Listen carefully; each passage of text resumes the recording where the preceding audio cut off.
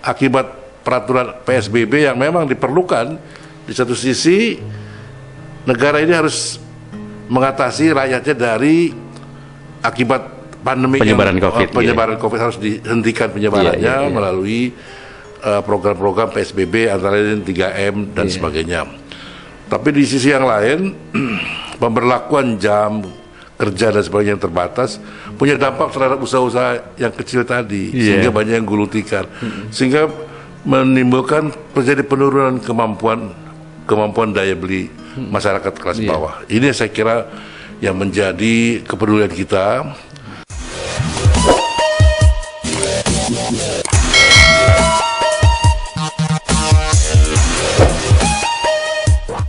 Alhamdulillah, suatu kehormatan bagi kami dari channel YouTube Sekartaman Multimedia. Di episode podcast beberapa hari yang lalu, alhamdulillah kami kedatangan tamu narasumber tokoh nasional yang berkenan mampir di channel kami, di channel YouTube Sekartaman Multimedia. Bismillahirrahmanirrahim. Assalamualaikum warahmatullahi wabarakatuh. Selamat malam, selamat berjumpa kembali dengan kami di channel YouTube Sekartaman Multimedia. Pada kesempatan sore hari ini, alhamdulillah di podcast tema pada sore hari ini kita kedatangan tamu tokoh nasional.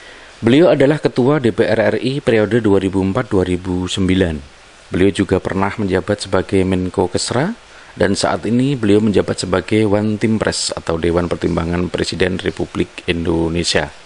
Beliau adalah pernah menjabat sebagai Ketua DPR RI periode 2004-2009. Kemudian juga menjabat sebagai One Team Press RI sekarang. Kemudian juga Ketua MPO Kosgoro. Begitu Pak ya. Bapak Agung Laksono. Selamat malam Bapak. Pada kesempatan tersebut kami menyapa beliau, menyampaikan ucapan terima kasih karena beliau sudah berkenan hadir di tengah jadwal padatnya, di tengah kesibukannya. Beliau sempat menyempatkan diri untuk mampir di channel kami, di channel YouTube Sekartaman Multimedia. Dalam kesempatan tersebut, sebelum kami memulai podcast bersama beliau, seperti biasanya beliau selalu memberikan contoh edukasi untuk tetap menggunakan masker dan memastikan bahwa studio kami waktu itu harus steril dan layak untuk dilanjutkan program podcast atau rekaman podcast saat itu. Bapak Agung Laksono, selamat malam Bapak. Ya, saya mau izin mau lepas dulu ini. Siap, masker saya. Iya.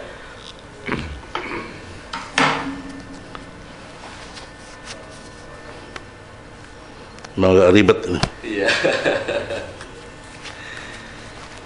Dalam waktu yang singkat yang dikarenakan karena kesibukannya, padatnya jadwal beliau, di acara podcast kami tersebut kami mengambil tema Ngudoroso. Ngudoroso terkait dengan dampak dari kebijakan di masa pandemi yang dirasakan oleh masyarakat kecil, pelaku UKM, pelaku seni, budaya, pelaku event, dan tak kalah pentingnya kami ngudoroso atau mengeluarkan unek-unek terkait dengan dampak yang dirasakan oleh masyarakat kecil, terutama kepada kami atau mewakili dari teman-teman pelaku pekerja event wedding atau event hajatan di daerah. Selamat malam Pak Agung. Selamat malam. Ya, terima kasih atas waktunya sudah berkenan mampir di channel kami, channel YouTube Sekartaman Multimedia Bapak. Oh ya, dengan senang hati. Channel lokal kami di wilayah Jawa Tengah.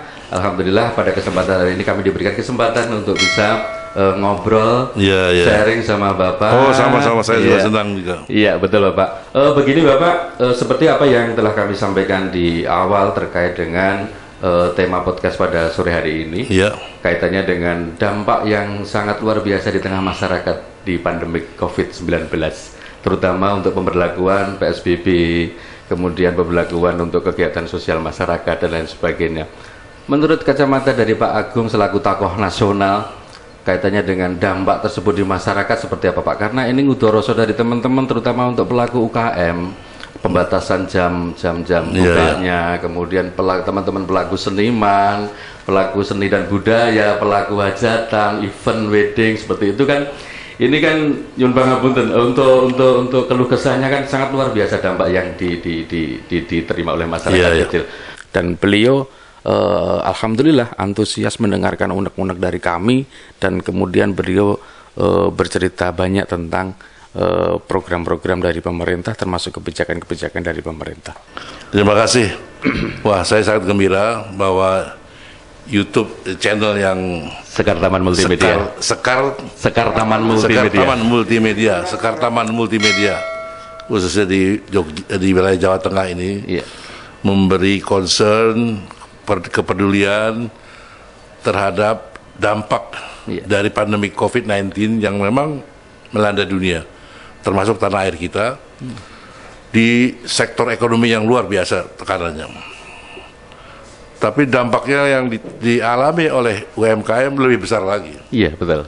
Karena kemampuan terbatas, sumber-sumber daya dimiliki juga terbatas. Ya, kita mengetahui terjadi gelombang PHK. Betul. Karena menimpa industri yang besar atau menengah, mereka juga menimbulkan permasalahan. Kemudian terjadi akibat peraturan PSBB yang memang diperlukan. Di satu sisi negara ini harus mengatasi rakyatnya dari akibat pandemi penyebaran COVID harus dihentikan penyebarannya melalui program-program PSBB antara lain 3M dan sebagainya. Tapi di sisi yang lain pemberlakuan jam kerja dan sebagainya yang terbatas punya dampak terhadap usaha-usaha yang kecil tadi, sehingga banyak yang gulung tikar, sehingga menimbulkan terjadi penurunan kemampuan daya beli masyarakat kelas bawah. Ini saya kira yang menjadi kepedulian kita, dan tentu saja saya juga mengapresiasi pemerintah yang memberi perlakuan khusus. Terlihat dari apa? Yaitu dari gambaran APBN di kementerian-kementerian, misalnya Kementerian Koperasi, Kementerian Sosial sendiri, di Kementerian Kesehatan, bahkan Kementerian PUPR ada program padat karya dan sebagainya yang dimaksudkan bagaimana meningkatkan kemampuan daya beli masyarakat. Betul. Sehingga mereka ini juga bisa membangun interaksi dengan usaha-usaha kecil, menengah, dan mikro. Jadi banyak hal dan jumlahnya triliunan, di samping seperti biasanya pembagian sembako sebelumnya. Karena walaupun usaha besar, usaha menengah juga mengalami tekanan, tapi mereka kemampuan dayanya, kemampuan dan potensinya yang dimiliki sendiri cukup kuat untuk bisa mengatasi. Dibanding dengan usaha kecil, maka tidak jalan lain. Government, pemerintah yang harus memberikan dukungan bantuan, dan ini support ya harus memberikan support. Tidak bisa diberikan kepada mereka untuk mereka bisa bertahan sendiri. Termasuk dalam hal ini bukan saja usaha kecil dalam misalnya di retail, kuliner dan sebagainya, tapi juga pelaku misalnya seni budaya. Iya betul, itu sangat sangat berdampak sekali itu, Pak. Saya sendiri sebagai ketua Dewan Pembina dari PAMI, Persatuan Artis Musik Melayu atau Dangdut di ketua umumnya Rhoma Irama. Mereka juga sangat terdampak itu. Betul. Jadi di antara komunitas mereka saling membantu yang masih laku, membantu yang dan sebagainya. Ya, ini saya kira harus langkah-langkah kita. Walaupun PSBB tidak berarti demi hal itu langsung dilanggar atau ditiadakan. Harus tetap dihormati, dijaga. Karena bagaimanapun harus dihentikan. Di era modern ini segala sesuatu yang menakutkan akhirnya bisa ditundukkan. Misalnya COVID-19 sudah ada vaksinnya.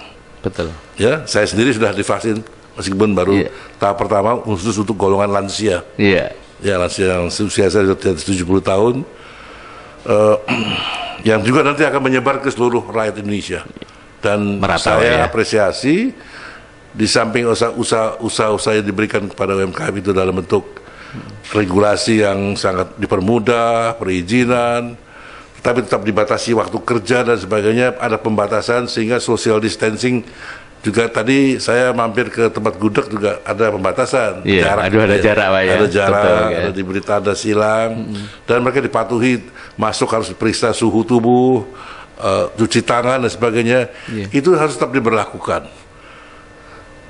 Dan bersama dengan itu pemerintah juga menyediakan secara cuma-cuma, gratis yaitu berupa vaksin.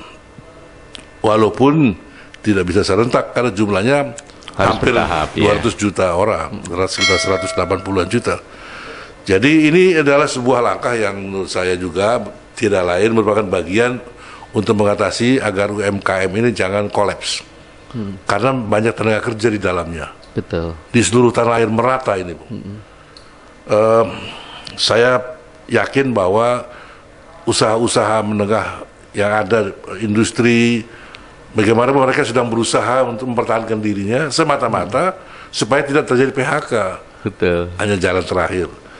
Dan untuk itu pemerintah juga di sektor keuangan, misalnya perbankan, untuk usaha kecil ya ada penundaan pembayaran angsuran, pengurangan suku bunga, itu semuanya harus dilihat sebagai sebuah upaya konkret yang masih bisa dilakukan untuk bagaimana mempertahankan mereka tetap hadir di tanah air kita. Oke. Di tengah obrolan kami juga sempat menanyakan atau menyampaikan bahwasannya penerapan PSBB atau PPMK di daerah dampaknya itu sangat luar biasa dirasakan oleh kami dan teman-teman pelaku seni, pelaku budaya, pelaku event, pelaku UKM atau terutama pelaku-pelaku pekerja event hajatan atau pekerja sortarep dalam bahasa Jawanya.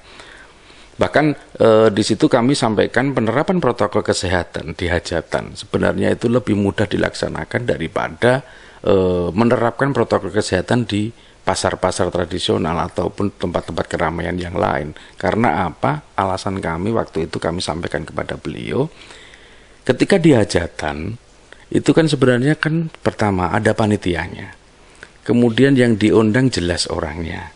Jadi untuk misalkan diterapkan protokol kesehatan di hajatan, itu sebenarnya lebih mudah penerapannya dibandingkan dengan pasar-pasar tradisional yang luar biasa ramainya maupun di keramaian-keramaian yang lain. Baik Pak, itu kan itu tadi semacam apa yang akan yang sudah dilakukan oleh pemerintah untuk penanggulangan dampak masyarakat terdampak seperti itu. Kita fokus di konsen kalau Ngudoroso dari teman-teman pelaku seniman terutama yang ada di Jawa Tengah Bapak, kaitannya dengan dampak penerapan PSBB ini, kemudian pembatasan apa istilahnya untuk physical distancing, skala apa menghindari kerumunan dan lain sebagainya. Betul. Itu. Kalau dari seniman, terutama dari pelaku seni, ini dari pelaku seni Bapak ya, ini yang Ngudoroso saya menyampaikan apa yang sudah teman-teman sharekan ke kami. Dari pelaku seni, terutama di hajatan Pak, di Jawa Tengah itu yang paling terdampak itu pelaku seni yang ada di hajatan, pelaku wedding, pelaku seni, ya penyanyi, ya campur sari, ya musik lah, seperti itu. Hampir kan ini dibatasi, memang tidak diperbolehkan. Boleh istilahnya itu nanti menimbulkan kerumunan gitu loh. Lah Ngudoroso dari teman-teman seniman itu seperti ini Bapak. Padahal kalau di hajatan itu kan ada panitianya. Orang yang diundang itu jelas gitu loh. Orangnya siapa jelas, ada panitianya, kemudian misalkan di situ diadakan penerapan protokol kesehatan, saya rasa lebih kita rasa lebih enak, lebih bisa karena ada panitianya. Dibandingkan dengan pasar-pasar tradisional yang notabene adalah orang luaran yang berkerumun seperti itulah. Ini yang mungkin belum bisa menjadi edukasi dari teman-teman pelaku seni kaitannya dengan wah ini pasarnya kayak sampai ini hajatan nggak boleh pakai hiburan dan lain sebagainya. Sebenarnya hajatan diperbolehkan di PSBB di aturan yang ini, tapi dia dibatasi hanya 30 orang di setiap hajatan, tidak boleh pakai hiburan dan lain sebagainya. Menurut Bapak, apakah kebijakan seperti ini mungkin ada evaluasi dalam tanda kutip? Mungkin diperbolehkan, tapi dengan harus perketat untuk protokol kesehatan dan 3M-nya gitu, Pak. Monggo. Dari situ beliau juga dapat merasakan betapa berdampaknya masyarakat kecil, pelaku UKM, pelaku seni maupun pelaku event-event yang istilahnya merasakan dampak yang sangat berat dengan kebijakan di masa pandemik ini. Baik, saya kira ini memang situasi kondisi yang cukup berat ya. Betul. Karena kita tidak bisa terlihat secara kasat mata, sehingga ada pembatasan sedemikian rupa sehingga mengurangi kemungkinan ada penularan karena kita tidak mengetahui. Saya sangat apresiasi terhadap suatu kegiatan komunitas berkumpul bersama, walaupun dalam jumlah terbatas juga, katakanlah sampai 50 orang, 75 orang, tapi mereka melakukan misalnya pemeriksaan suhu tubuhnya, ya. Kemudian juga diminta mereka penerapannya tetap harus dijalankan, Pak. Bahkan ada proses misalnya pemeriksaan dengan di tempat, yaitu dengan swab antigen atau antibody. Itu dengan demikian maka kelompok yang hadir itu, komunitas itu sudah terjamin tidak ada yang terdampak dan yang bisa menularkan kepada yang lain. Betul. Kemudian seiring obrolan-obrolan kami yang panjang lebar, akhirnya di obrolan tersebut kami juga sempat menanyakan kira-kira solusi seperti apa terkait dengan kebijakan terhadap masyarakat terdampak seperti kami ini, dan beliau menjawab, mungkin dalam kelompok seperti itu bisa disampaikan kepada tim Satgas COVID di setempat di wilayah setempat, sehingga mereka bisa memahami. Kalau mereka bertugas dan tegas disiplin itu karena juga semata-mata demi keselamatan masyarakat itu sendiri. Tapi kalau kita mempunyai argumentasi yang kuat dengan pemberian semacam pengetesan di swab dengan antigen yang hanya 5-10 menit sudah tahu hasilnya, ketahuan, mereka monggo masuk. Sehingga untuk 50 orang, 60 orang itu mereka berkumpul di antara sesama yang sudah dijamin tidak terkena dampak. Iya, betul. Nah, itu. Mungkin itu bagian dari solusi untuk agar tidak begitu istilahnya membatasi begitu banget gitu, Pak. Iya, sehingga hiburan bisa jalan barangkali. Tapi ini pun perlu dikonsultasikan dengan pemerintah daerah dengan Satgas COVID setempat di tingkat kecamatan, kelurahan, sehingga mereka tentu punya pertimbangan lain. Ini mereka khawatirnya kalau kemudian diberikan izin, lalu bukan hanya terjadi kerumunan, nanti ada klaster baru lagi gitu, tidak harus besar. Kerumunan kecil pun kalau memang ada di antaranya satu di antaranya, ini menimbulkan penularan. Jadi memang harus hati-hati sekali. Kalau tidak, kita tidak pernah selesai. Walaupun sekarang dengan berbagai cara, termasuk adanya vaksin. Kalau orang tanya apakah bisa selesai tahun ini, kan kita tidak bisa memastikan. Betul. Bahkan ada seorang ahli epidemiologi yang menghitung ya mungkin sampai akhir tahun 2022, karena vaksinasi saja baru selesai April. Kalau schedule yang sudah dirancang 1 hari 1 juta orang divaksin bisa tercapai. Jadi ini saya kira sebuah langkah yang harus diantisipasi. Tapi bagaimana menyiasati di sela-sela itu, pelaku usaha dan seniman budayawan begitu sangat terdampak. Tidak begitu terdampak. Tapi juga bisa memutus mata rantai penyebarannya. Persis itu. Gitu. Jadi selalu dua sisi ini kita lakukan.